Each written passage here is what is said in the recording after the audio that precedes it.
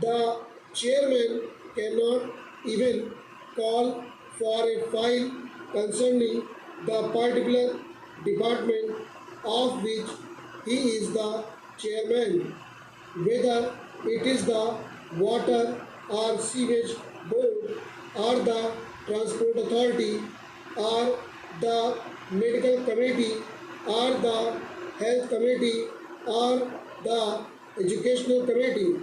None of these elected chairmen who are there have the power or the authority to call for a file and examine the papers.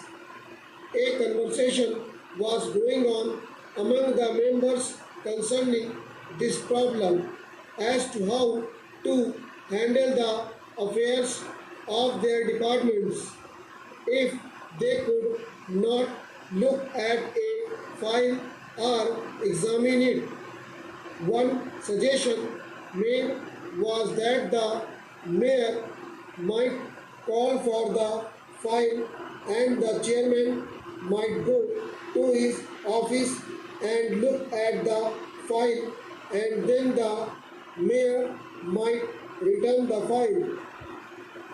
I think it is a very ridiculous situation where you have all the 80 people sitting in that corporation hall with no powers at all. When the bill was passed and the corporation was established, I am very sorry to say it was a very nice toy given to the people of Delhi with which they might strike their heads, over which they might quarrel and fight and deteriorate the whole business. It is because they have nothing to do, they have no powers. Then, as our experience goes to show, the machinery of the government is generally not so cooperative. The government are not at all interested in seeing that the corporation's function should be successful or efficient, or that the corporation should succeed. By and large, and very unfortunately, they rarely want that this whole show should be going well. They just as well want to enjoy the failures of the corporation and laugh over them and even propagate the failures everywhere in public and in private, here and there. It is very discouraging, very bad for the morale of the administration and the public at large. Unfortunately, it is like that. It is a fact to reckon with.